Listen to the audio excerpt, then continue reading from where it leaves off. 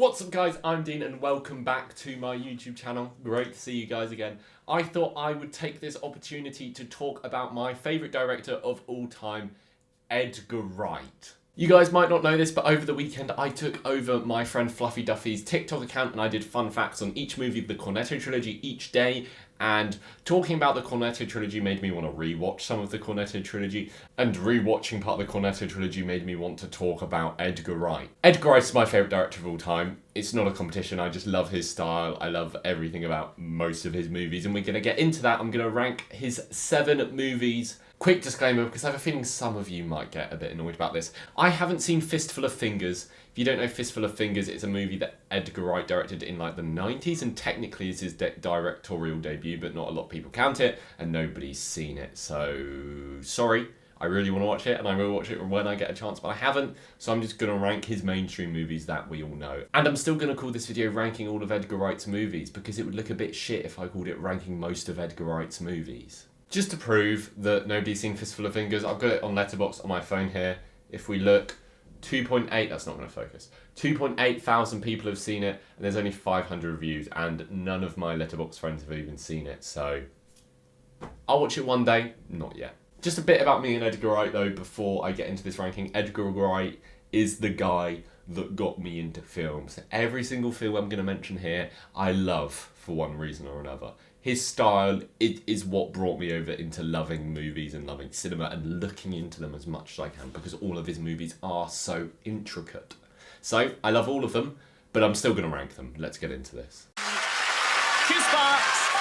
Something that's always kind of confounded me in popular music is people's inability to take humor seriously. And I think that's one of the things like why a band like Sparks isn't as big as the biggest bands in the world, because they're fucking funny. In 7th place is The Spark Brothers. This is Edgar Wright's documentary and it came out in 2021. For those of you who don't know, The Spark Brothers is a documentary about a musical duo called The Sparks. They're a really influential band they're like kind of like a band's bands and they've influenced loads of other bands and this is just a celebration of their music. And I enjoyed it, I gave it 4 stars at the time. I think it does a good job of celebrating their music and the Sparks, the oddity surrounding the Sparks really fits Edgar Wright's style well. And Edgar Wright's style fits the documentary really well with some really interesting camera work.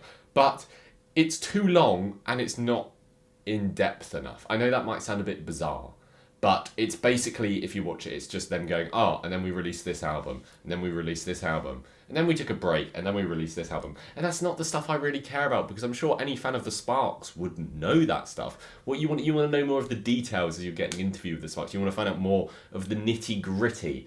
And that's all I've got to say on it. I won't talk about it for too long, because I'm sure most of you don't care about the documentary, and you just want to see where I rank most of the movies. Oh, hey, Knives. What's that? You're outside? This guy here? You know what? He just left.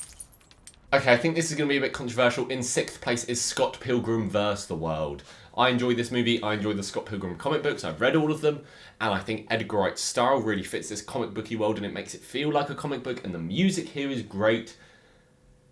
But it just all feels a bit superficial and surface level and just a bit too shiny, I think. There's not enough...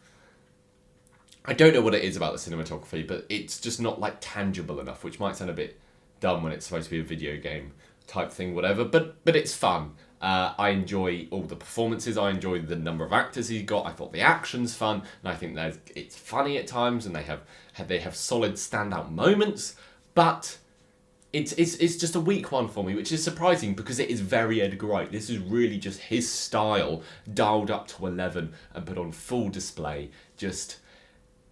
I think Edgar Wright works best when his style has a little bit of restraint. Gary thinks we should keep up with the crew because they know what we're doing, but they don't know that we know what they're doing. And basically, no one else has a better idea. So fuck it. Next up is the ranking I really struggled with, and that is 5th place, which I have put The World's End. This is the one I rewatched most recently. I watched this a couple of days ago, and I liked it a lot more than I remembered liking it, because I haven't seen this one in years. Well, I usually just rewatch Hot Fuzz and Shaun of the Dead and not The World's End. And I think it's a solid movie. I think out of the Cornetto trilogy, and maybe out of any Edgar Wright movie ever, this one has the best characters. I think there's the most heart behind these characters, especially Gary King. His journey across this movie is amazing. I think this one has the best music of the Cornetto trilogy. I think it's got the most jokes of the Cornetto trilogy. Probably not the funniest, but it's got the most jokes in the conventional sense. And I think Edgar Wright's style works here, and I think the action is a lot of fun. Just, it's not really a parody, where the other two movies in the Cornetto trilogies are kind of the pinnacle of parody of the genre they're trying to represent. This is not a parody at all, it's just an action comedy. And that's disappointing when you're going into a movie in the Cornetto trilogy. But I still have lots of fun with it. I love this movie. I think, like I said, Gary King character work is the standout. I think Gary King is the best character in any Edgar Wright movie ever. I think he does a really solid job. Simon Pegg does in this. And I find it really interesting how Nick Frost and Simon Pegg can switch roles, because in the other two movies in the Cornetto trilogy, for the most part, Simon Pegg is the straight man while Nick Frost is the schmuck. But in this, it swaps, and it still works great, and you don't even notice that it's swapped, which is really great.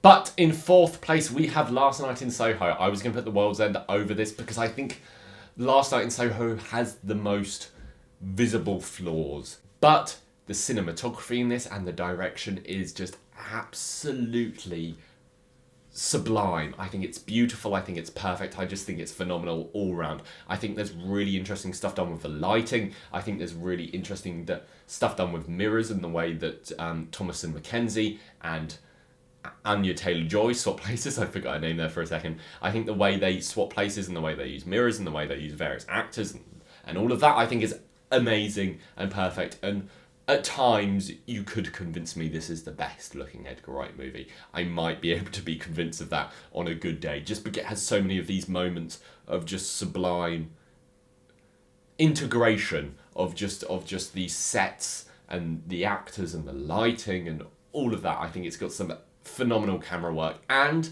out of Edgar Wright's entire filmography, I think this one has the second best music. And when I go to an Edgar Wright movie, mostly because of Baby Driver, I expect excellent music. So, there you go.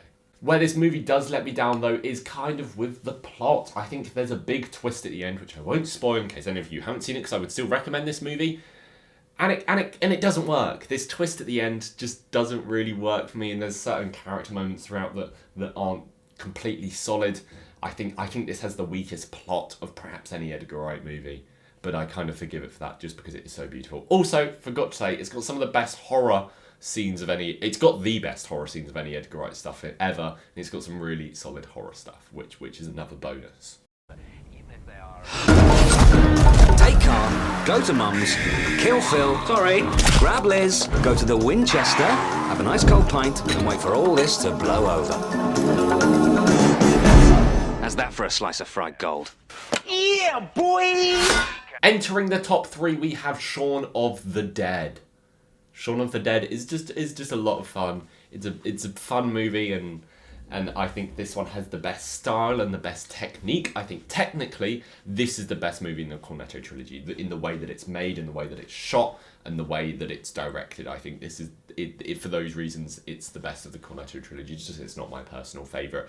I think like the shot of him walking to and from the shops is just sublime. It's perfect. It's excellent. What more do you want? Honestly, it's just slim pickings between this and Hot Fuzz about which Cornetto trilogy movie is my favourite, and I think I do just prefer... I think I just like this one a little less because I'm not as much of a fan of the horror genre, and I think the more of a fan you are of horror movies, the more of a fan you will be of the parodying of the horror genre. Other standouts in this for me has to be the action. This is maybe the best action, second best action of any Edgar Wright movie, third best action if we're counting car chases. But that's besides the point. All of that works. Yet again, Simon Pegg and Nick Frost are absolute delights. And there's just so much detail in there, and there's so much intricacies that it's just got infinite rewatchability. Is that everything? Sir?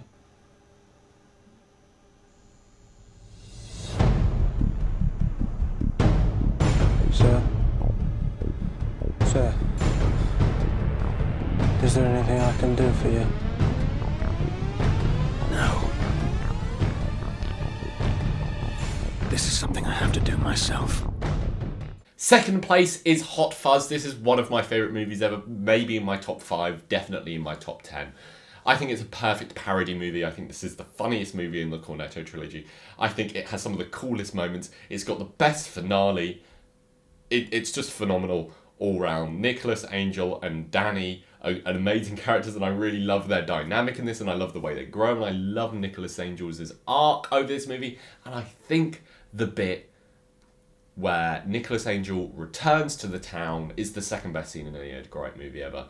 And just this one is infinitely quotable for me. I just reference this movie all the time, and most of the time nobody understands it because I'm a bit of a sado. But that's besides the point. There's just so much to love here, and once again, it's just great. Doc, I mean, is he retarded? Retarded means slow. Is he slow? No. Then you don't sound retarded to me. He's a good kid and devil behind the wheel. What the hell else more do you need to know? So you don't think that there's something wrong with him just not saying anything? There's nothing wrong with a little quiet. If you know me at all, first place isn't going to be a surprise to anyone. That's Baby Driver. I've got a poster of it just there, but if we're back in my other setting where I film my videos, then I've got a giant Baby Driver poster behind me. Baby Driver is my favourite movie of all time, and in a lot of ways, it's kind of the movie that got me into movies. Like, I was into movies before that, but this is the movie that just set me off going to the cinema every week. After seeing Baby Driver, I was like, I need to capture this again, and I never have. Because Baby Driver is unlike any movie I've ever seen. The main reason for that is because I'm a big music fan. I don't talk about that a lot on this thing because I'm not as informed about it, and I am more passionate about movies. But I really, really love music. I studied music technology for a while, and Baby Driver has not only the best soundtrack of any movie ever, but just the way the music is integrated within the movie is unlike anything I have ever seen, and it is just perfection. And the car chases are phenomenal, considering Edgar Wright has very little experience in this area, and overall just this movie just really blew me away the first time I watched it because it's a simple story, there's shocking twists, there's great action, and there's just some great music to go with it, and that's all I've got to say on the matter. I'd like to thank you all for watching. Please remember to like this, please comment, and please subscribe, and just tell me down below your Edgar Wright ranking. I'd love to hear it, even if it includes Fistful of Fingers. That's all for today. I'll see you soon. Bye.